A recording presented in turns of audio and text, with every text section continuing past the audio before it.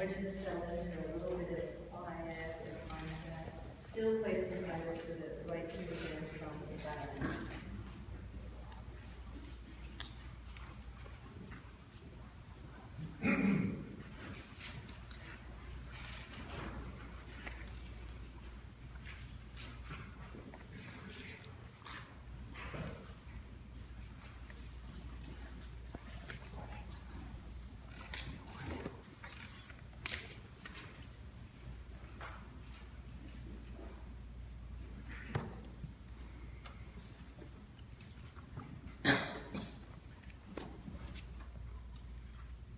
This campus can be a challenge for many of us. And yesterday I parked at the wrong place. But my mother loved saying that God takes care of babies and fools. One knows that I am not a baby. And so I was very well taken care of, because when I asked somebody how to get here, turned out that the person was a pilot. And not only did he know how to get here, because he'd been here since Saturday, but he also said, I always use the straight lines because of my training. Therefore, we will not be taking the long, winding way. We will cut across the grass straight over there. I got here about 5 minutes before, thanks to him. So I told him that there are those who would say that he's an angel, and today I'm not going to argue against that. Many of you were not here yesterday, but yesterday I gave a much longer introduction than I'm going to give today. But I promise, knowing how we are, that we'll come sometime, other times we won't come, and it may not be any excuse, reason, whatever. It's just who we are, and either you deal with it or you go and become an evangelical or something. Summary. And if I fail to speak into this adequately, please raise your hand or do this or something. I have been eldered this morning and told that you know I'm joking when I say that. I would just have my hands almost faint. I was told that sometimes I'll drop my voice. I've heard that for the last 9,000 years. But obviously, the lesson has not gotten through. Let me know if I am doing that again, because I really don't want to hurt you. It was James, a brother of Jesus, who led the new community of Jewish believers. His subsequent marginalization was due first to his frequent clashes with the more popular Paul of Tarsus. Those of you who study the Bible know that he called Paul into Jerusalem, and Paul was furious over it, but he deserved it. Who had never met Jesus and was introducing concepts foreign to the understandings of those who knew Jesus intimately.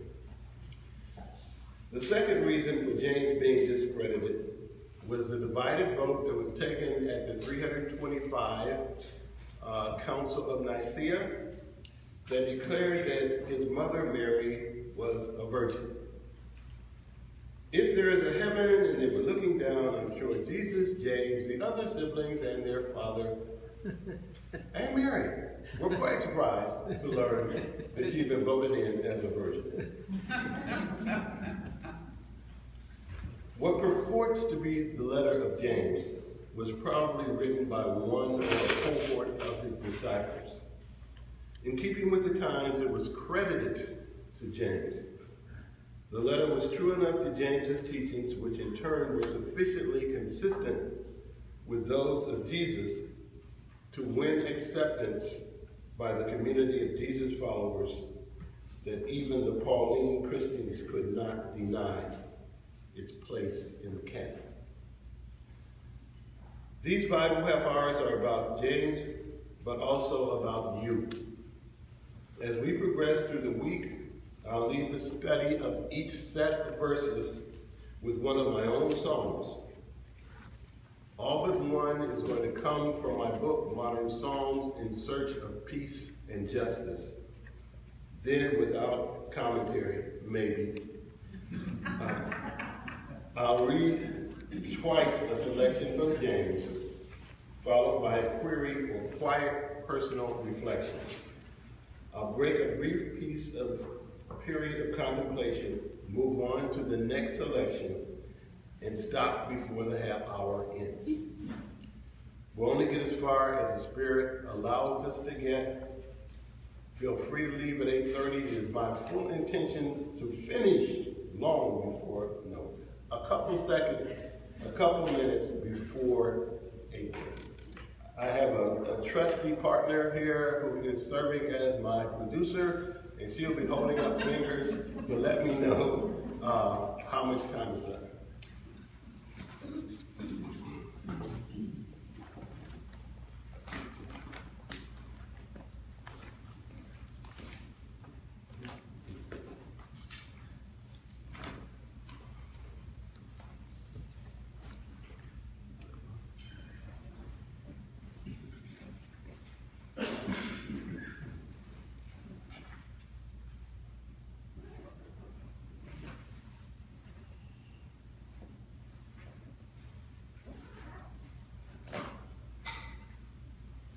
For you younger people, this is what you have to look forward to when you get old. You can't find things that you should have gotten in 1 second. So I'm going to start by reading my Psalm 22. And we're going to be on chapter 2 today.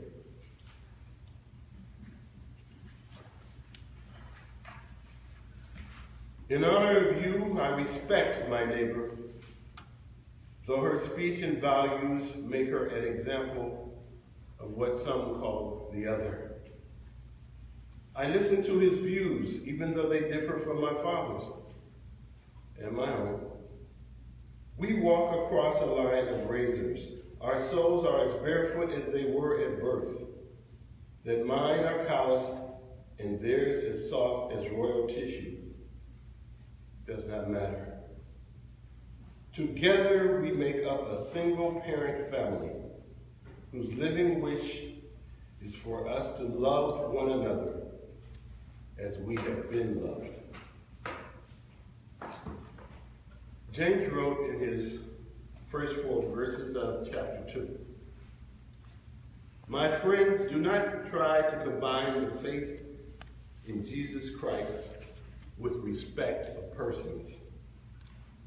For if someone with a gold ring and in designer apparel comes into your place of worship, and a poor person in tatters also comes in, and in respecting the well-dressed you say, 'Sit in a good place,' and say to the poor, 'Find a back pew,' are you not then judging with evil thoughts? My friends, do not try to combine faith in Jesus Christ with respect of persons. For if someone with a gold ring and in designer apparel comes into your place of worship, and a poor person in tatters also comes in, and in respecting the well-dressed, you say, 'Sit in a good place,' and to the poor, 'Sit in a back pew,' are you then not judging with evil thoughts?" The query: how do you demonstrate respect for the poor? And I added to that yesterday because of the context in which I'm teaching this. And do you treat unknown friends with as much respect as those who are presumed to be waiting? How do you demonstrate respect for the poor? And do you treat unknown friends with as much respect as those who are presumed to be waiting?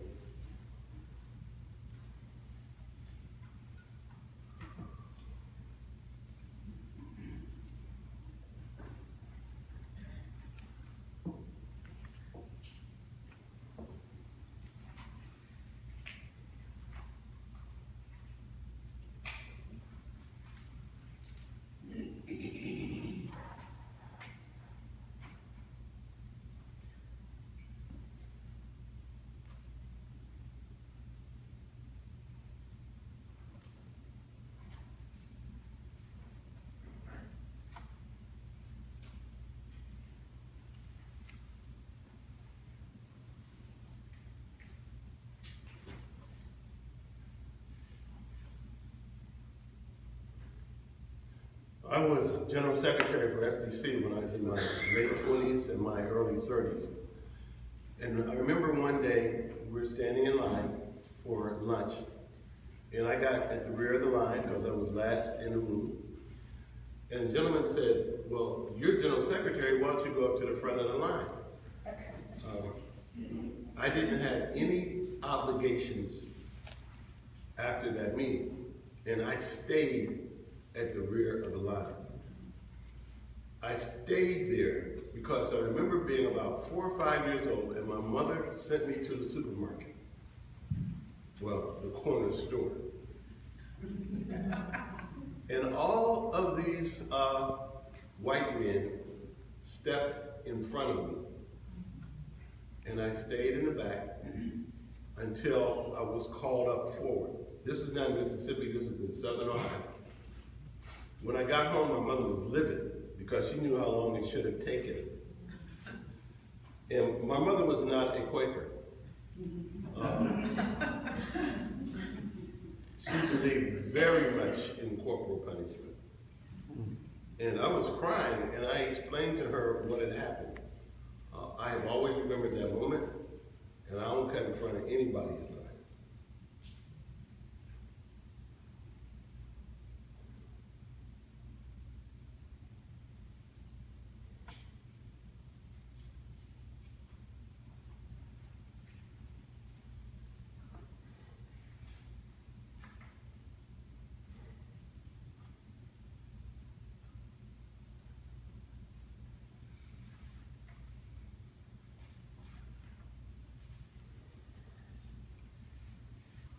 My Psalm 30.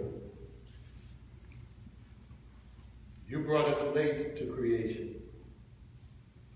Like a wounded lover, you told us to make it last. We are the caretakers for 1,000,000 years. Indebted not only to you, but also to our ancestors, the animals, rocks, sea, air, and our undreamed progeny. We cannot in good faith take generations off from focusing on our assignment. We cannot justifiably hope others can reverse our inattentiveness and make right our willful negligence. To whom should we cry for mercy when we have demonstrated so little? Let us sing a new song that is exemplary to the ears of all. If we fight against you, even if winning were possible, we would lose.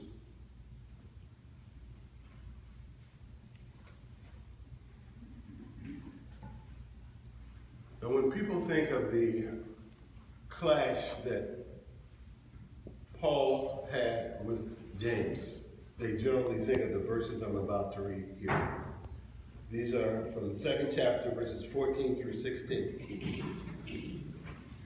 My friends, what shall it profit someone who speaks of faith but has no works? What value is this faith? If a brother or sister is naked and destitute of daily food, and one of you says to them, depart in peace, be warmed and filled, but does not give them what they need for the body, who is blessed by such faith? Again, James.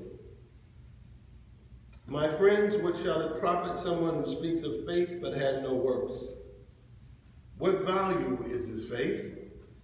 If a brother or sister is naked and destitute of daily food, and one of you says unto them, depart in peace, be warmed and filled, but does not give them what they need for the body, who is blessed by such faith?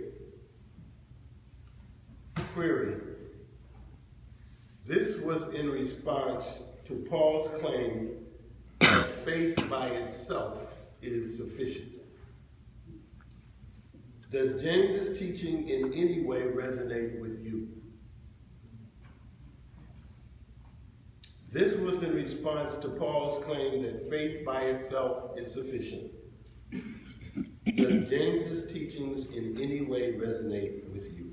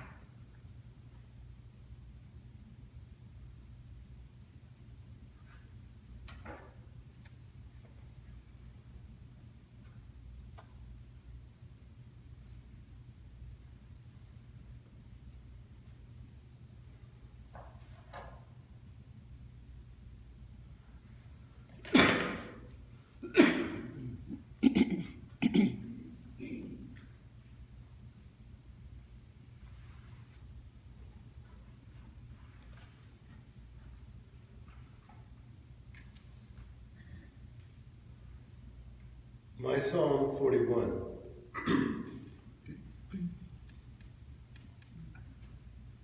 I open my eyes from deep prayer. Snowflakes like stardust swirl on what the calendar says is a full moon night. The earth is still warm from a balmy autumn. The flakes will melt like the dreams of fourth graders, mass tested and stereotyped to redirect toward limits that should shame decision makers had these strangers been their own children. That hurdles might have been overcome with greater commitment is a hidden cost to the ones who belittle the victories of others. This world is in denial of your will for fullness. This world is in denial of your will for fullness. Help us recall all who say they believe in prayer are tied at the center with seasons and with children. Help us push ourselves to be true servants. Help us celebrate the arts as much as we extol science and math. Lionize responsibility and resourcefulness as much as we encourage reading and writing. We can find the way to the proper season, the one where a child's dreams are as valued as a politician's pronouncements.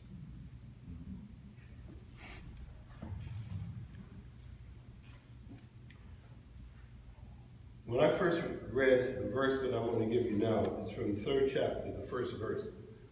I already knew that I wanted to spend much of my life teaching. And this gave me great pause. Only a few of you should be teachers. Bearing in mind that those of us who teach can expect a stricter judgment. If you can imagine growing up in a fire and brimstone Baptist church and hearing that a teacher was going to have even stricter judgment. Only a few of you should be teachers, bearing in mind that those of us who teach can expect a stricter judgment. Are you careful to model truth to those who look up to you? Are you careful to model truth to those who look up to you? Before we go into silence, I want to say, I believe that we're role models 100% of the time. And that there's no time that you can take that off because you don't know who's watching you. Each act is a prayer that others will do the same.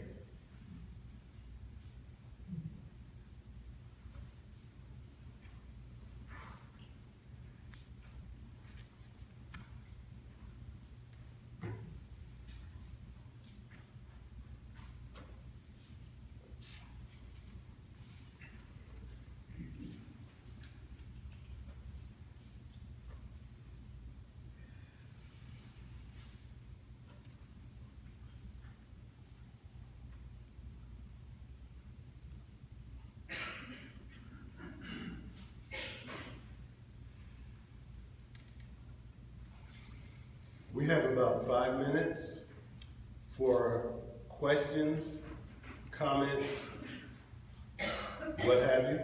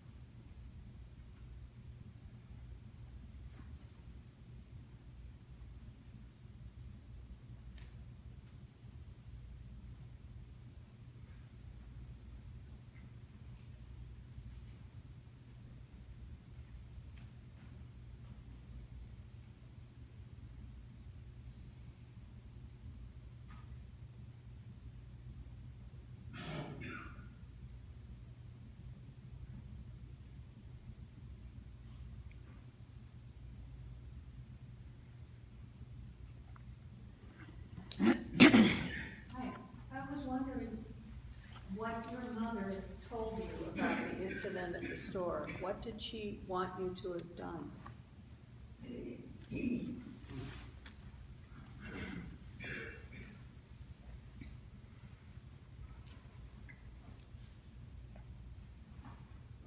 I remember my mother reversing a number of things with me. I don't remember what she said that day.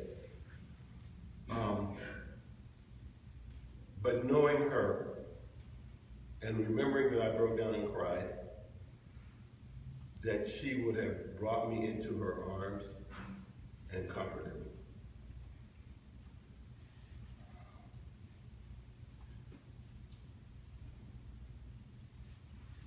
I wish this were not so, but it is. My mother knew her place. And I don't remember seeing her push against it. She got kicked out of school for being pregnant with me. She was 17 years old when she had me. She was a straight A student. She was the only one my grandfather was going to send to college.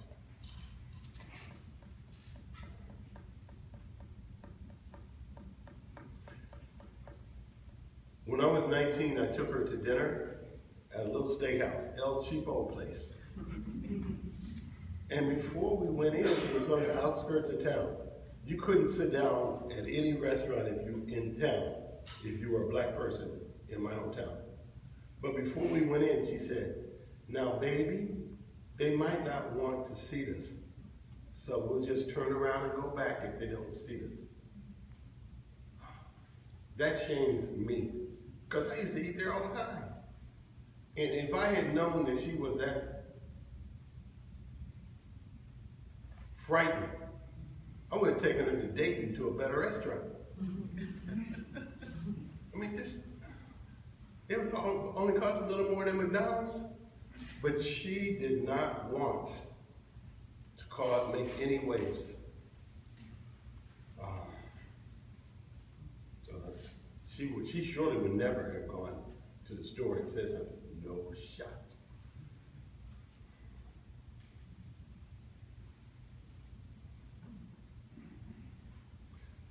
That said, around the same time, some of you heard me share this story.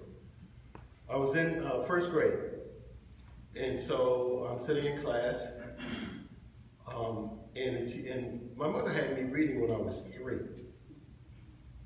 So I was way ahead of everybody else in the school, and was in, you know what integration is, the time between when the first black moves in and the last white moves out. That's where our school was. Only the poor whites went to school with us.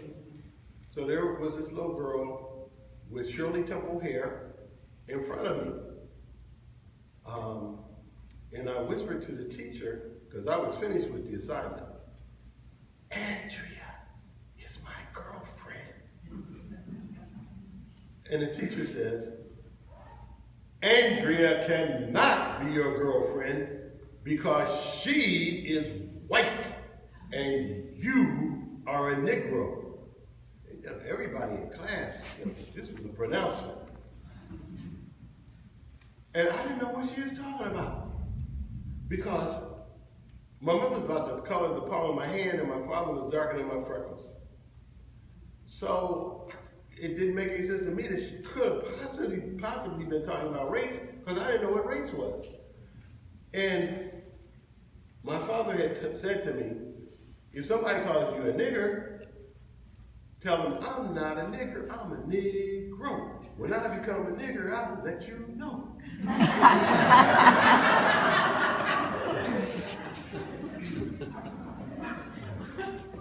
So here she is, a Negro negatively. And Mom said, I got home, what happened in school today? I told her, because I'm still in shock. And she said, "Don't ever let anybody make you feel as though you are less than another person." Before that, she said the teacher was right, because you can be lynched. She told me that you can be lynched, and she told me what lynching was. But what I remember the most is she said, "Don't ever let anybody convince you that you are less than anybody else." If my mother told me the sky was purple with orange polka dots, I would have believed it. I have never been any place, I don't care if people had 9 degrees, and I felt as though somebody in that room was better than me. It ain't happening. So I'm trying to let you know that she did have courage, but most of the courage she had was to tell me not to live up to limits, even though she accepted them herself.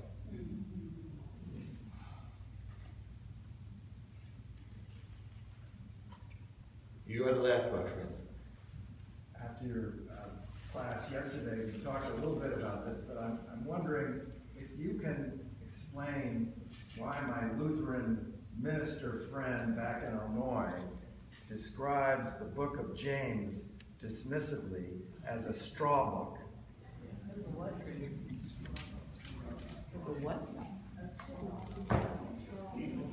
You put your hand up. I can answer that if you want.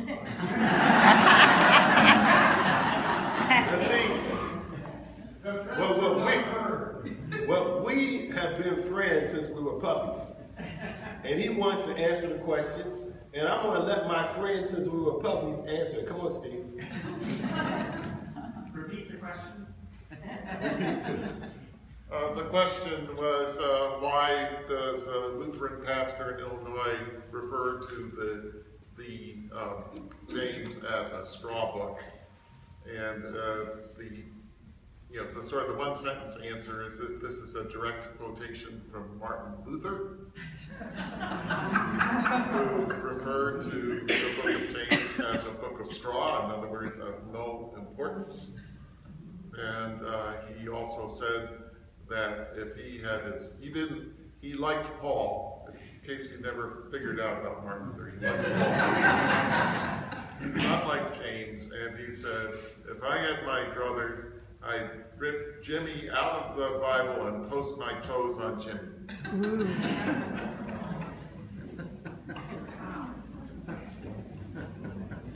I obviously decided that I would be a teacher, and I'm going to give him an A+ and dismiss the class.